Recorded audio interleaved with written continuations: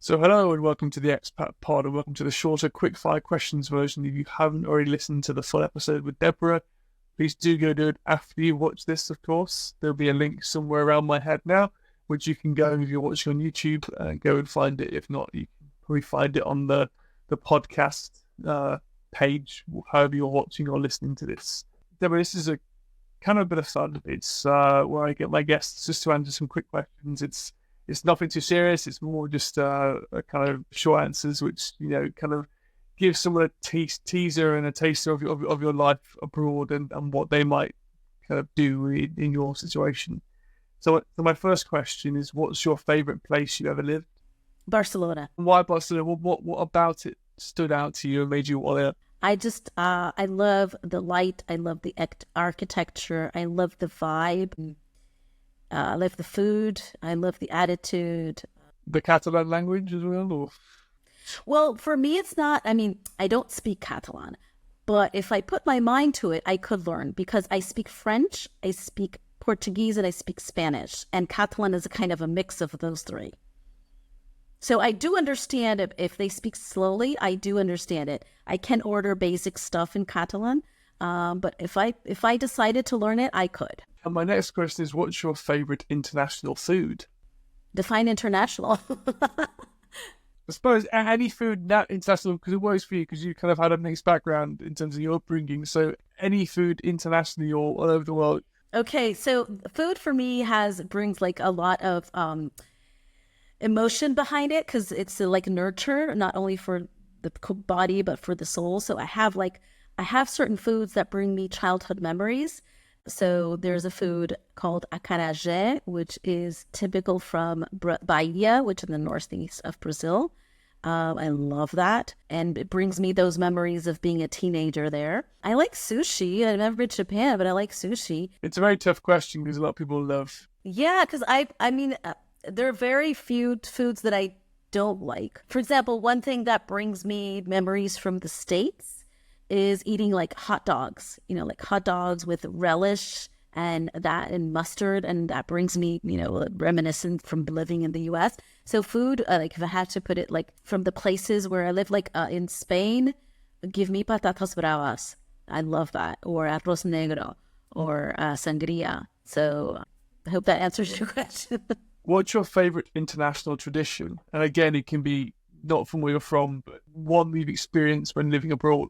Well, again, I'm going to go to Barcelona because they have a Sant Jordi, which is a holiday in Catalonia, a very big one, where they have these like pyramids of people, like people go one on top of the other. It's like super, super tall. I saw that first time and was amazed. Another tradition that I like was, the first time I saw this was in Brazil, but it's not Brazilian. In São Paulo, there is a neighborhood that is kind of like, actually, I don't know if many people know this, but the largest immigrant population of Japanese outside of Japan is in São Paulo. Yeah, people don't know that. That's why sushi was in my life, because I lived in São Paulo. And they have the traditional, and I won't remember the name, but it's a ceremony. It's a typical Japanese ceremony where they put your wishes on, like you tie them like on little pieces of paper. You write your wish down on a piece of paper, and you tie it on kind of like something that resembles a tree. And then after a period of time or on a specific day, they burn everything. So, the ashes and the fumes and go to the gods or to the ancestors to make your wishes come true. So that's something I really like. It's like a Daruma doll, because I have the Japanese Daruma dolls, which are like paper mache figurines, and you put in one eye, and then you make a wish on New Year's Day, and then if it comes true, you can burn it. And if it doesn't come true, you clear the other eye when it comes true, and then if it doesn't come true, you burn it to free the wish again.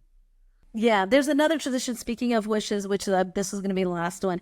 There is a little like it's called Fita do Senhor do Bonfim. This is in Portuguese, and it's a piece of cloth, like a little strip like that you tie around your wrist. This is typical also from Bahia, and you have to make like 3 knots. Each knot is for a wish. So when you're tying it, you have 3 knots. And supposedly, when this is kind of like it's not fragile, but it's a piece of cloth. So when it falls off because of wear and tear, you take showers and blah. Supposedly when it falls off, your wishes will come true. Oh well, that's so nice. It's a wonderful thing to think about. What's your favorite thing about living abroad? For me, abroad is normalcy because that's how I grew up. So it's very difficult for me to think about home. I don't think I'm ever going to be like a local. I'm always going to be different. Even if I go back to Brazil where I was born, I'm for sure going to be different. So living abroad for me is my normal. Can get completely. Is there something you enjoy about finding new places though, or the? Yes, I love diversity. I love learning about new cultures, talking to people from different places. And one thing I've learned with time, the beauty of it is that I get to cherry pick my own culture. So I create what I like to do is like, I like this from this culture that I lived in. I like that from that culture that I lived in. I don't like that. I don't use it. I like this. So I create my own way of being from my references and I pick and choose. So I call it cherry picking my own culture. It gives you a chance to reinvent yourself and cherry pick the best bits about you as well, perhaps. If you like something about yourself from previous place and you can carry that forward. You're not tied down by the baggage of bad experiences from before, maybe. What's your best homesickness remedy? Food. Is it just food by yourself or food with family? Is it the making of it or just the food? It's just the food. Wonderful. What's the hardest thing about living abroad then? Is it missing the food or? I think it's one of the hardest things. Well, you eventually can find, not all the time, but you end up finding certain foods. I think the hardest thing, and this might have to do with the phase that I am right now in my life. Maybe when I was younger, it wasn't that difficult, but it's keeping friendships alive, connecting and making time for friendships. Because I have you have long time friends.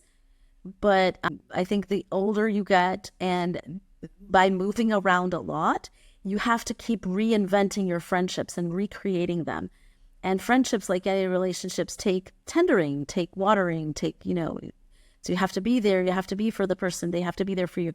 So I think this is the biggest challenge for me. Yeah, it's very difficult for sure. And you've got childhood friends who you don't speak to anymore. I do. And it's it's part of life. You just let them go when your friendship runs out, kind of thing. What's the best phrase you've learned whilst living abroad? That can be any language. It can be Spanish, French, English, even in Portuguese. If it's a different Portuguese word, you might have looked at that. What best phrase? Oh, I don't know. The first thing that came to mind is in a Spanish one that is "por si las moscas," just in case. And I find it so funny because it's if just the flies, if you translate it, I find that funny. Por si las moscas. How do you use it? Is it just is it a safety word or is it a? No, it's kind of like, okay, for example, let's take, I don't know, let's print it out just in case. So let's print out the dog. I have it on my phone, but just print it out just in case. So it's your safety net kind of thing. Yeah, literally just in case. Or at least that's how they told me it was. So sorry if anyone's listening and it's different, you can comment that. And what's your best way of making new friends? As someone who's moved around a lot in different places, you must have had a lot of opportunities to make new friends and necessity to do as well. That's a great question. Actually, right now, my best way of making friends is being a friend. So when I do find someone that I click and connect with, I do my very best to be there for them, to call, to check on them, to see if they need anything, to invite, to have lunch or something like that. I think that there's a quote from Zig Ziglar that says, if you're looking for a friend, you're going to find they're very rare or scarce or something like that. But if you go up to be a friend, you're going to find it's plentiful. So I think that really is it's not about having friends. It's all about being a friend and therefore you have a friend, if that makes sense. It's giving out what you wish to receive, I suppose. Yeah, exactly. No, it's a very good point.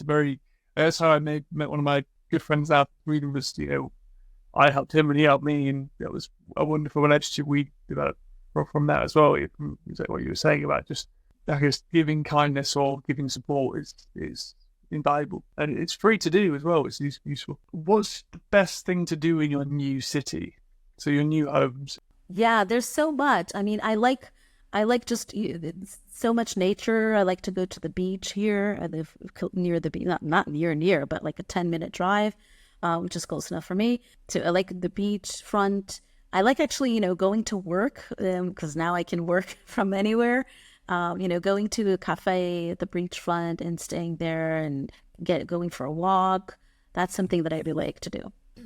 And my last question is, what's your best expat life hack? I'm sure you're full of them with your job. Okay, now I'm going to say something about my work, which is always know your what for. So whatever you do, always know the purpose you're doing it for. What are you doing it for? Not only why, that's important too, but what is the purpose? What is the goal?